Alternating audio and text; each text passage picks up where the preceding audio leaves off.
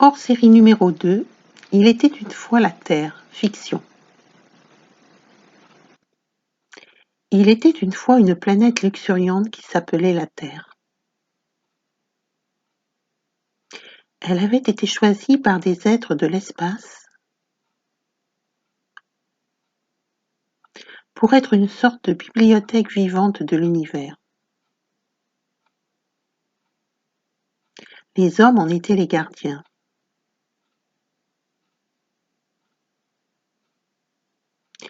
Ils étaient reliés à la source divine et possédaient de nombreux pouvoirs. Leur ADN très spécial avait 12 brins.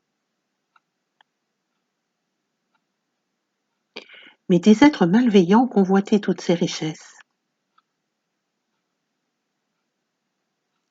Ils gagnèrent sur la lumière et envahirent la Terre. Ils en firent un lieu de dualité.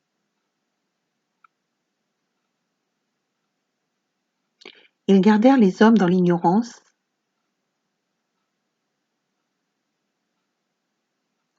Ils modifièrent leur ADN en le réduisant à 2 brins.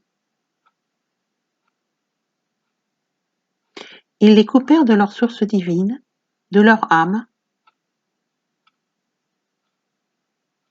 et se nourrirent de leurs émotions de peur et de tristesse. C'est pourquoi ils tenaient tellement à les maintenir dans la peur. Mais certains humains commencèrent à élever leur fréquence vibratoire, à se reconnecter à leur source,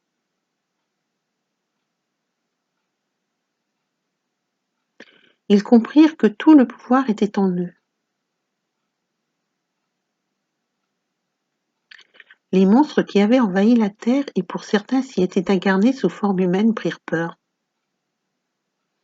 Ils avaient peur de ne plus pouvoir les contrôler. Ils imaginèrent différents scénarios, un virus qui leur ferait tellement peur qu'ils accepteraient immédiatement un remède miracle qui les séparerait à nouveau de leur source. Mais certains avaient compris et avaient refusé la potion magique. Alors ils essayèrent de s'en prendre aux enfants et voulurent les injecter.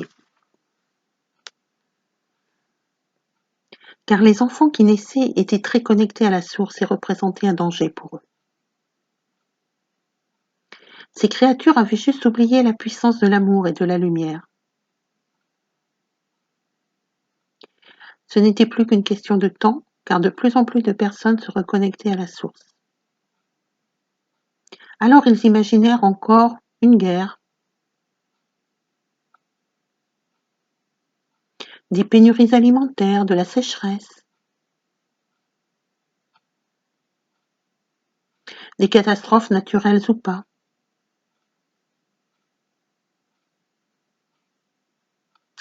Mais il était trop tard.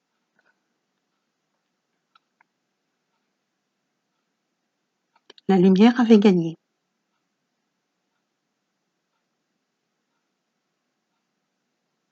Les hommes avaient compris qu'ils étaient leurs propres sauveurs. Ils retrouvaient les pouvoirs cachés en eux. Ils retrouvaient leur créativité et leur capacité à créer le monde qu'ils voulaient. Mais même lorsque cela sera terminé, il leur faudra redoubler de prudence. Car il restera toujours quelques créatures prêtes à tenter de nouvelles attaques. Peut-être en se faisant passer pour des êtres bienfaisants.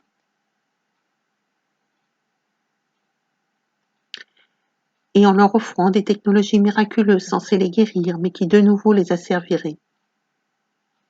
Car l'ombre et la lumière sont les 2 faces d'une même pièce. Et la clé est en chaque être humain. Et chaque être humain possède en lui sa part d'essence divine et sa souveraineté. À suivre.